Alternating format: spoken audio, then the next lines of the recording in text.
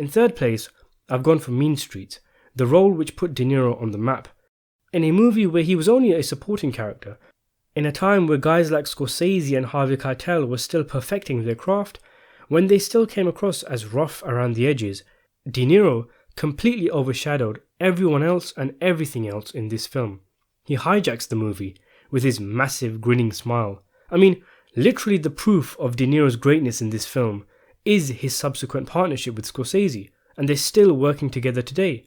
And it's not like De Niro was rough in his early days and would later get into his groove. Think, only a year later, he would win an Oscar for his role as Vito Corleone. It's the kind of role that Joe Pesci might play later on in Scorsese's career. A volatile, loose cannon, a childish liability, the cause of most of the trouble in the film.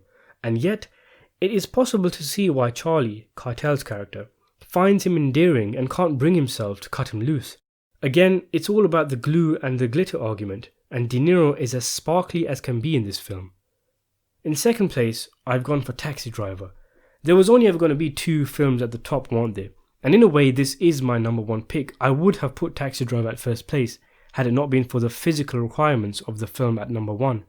Travis Bickle, I think, is one of the most fascinating characters in film history.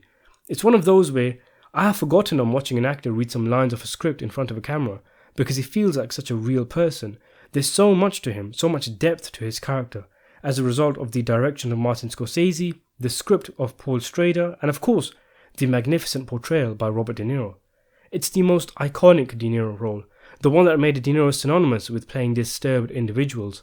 His vacant look throughout the film shows he's distant to everyone around him, far removed from society, and has long since retreated into the chasm of his own skull where, much like Rupert Pupkin, and much like us all to an extent, he is the hero in his own story. As Travis, De Niro gets under your skin, and you can't even work out why that is.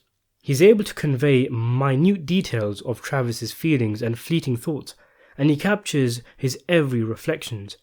Look at me, I'm talking as if Travis is a real person, but that's just the way it feels thanks to De Niro's amazing performance. For my number 1 pick, I've gone for his Oscar-winning portrayal of the unhinged, raving maniac, Jake LaMotta in Raging Bull. Even putting the extraordinary physical preparations for the role to a side, such as a then record weight gain for a movie role, and actually taking part in real boxing fights, being so good that the real LaMotta felt he had what it took to be a real boxer, De Niro is magnificent at capturing LaMotta's rages and insecurities.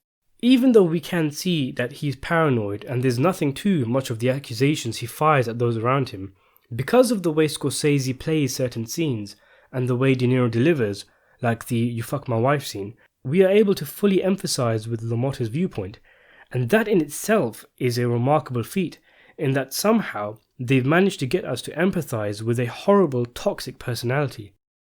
De Niro goes to some dark places in this film. Who can forget that harrowing scene of him in the jail cell? And at the same time, he's tightly wounded throughout the film, ready to explode at seconds' notice. And because of this, he's often scarier here than he is playing one of his roles as a gangster or killer. It's De Niro at his most intense, playing his most contradictory, self-loathing, self-destructive, and angry character. He explores deep into the insecure male psyche. He's fighting with everyone, his brother, his wife, and more than anyone, he's fighting with himself. The self, the ego, the consciousness. He's a bubbling cauldron of jealousy, self-hatred, and rage. De Niro gives a performance where it feels like the man is imprisoned by his own psyche. A man whose only means of communication, his rage, the thing that gives him so much success in the ring, is the same thing that destroys his life outside of it. So there you have it. What do you think of my rankings? Agree? Disagree? What does your own list look like?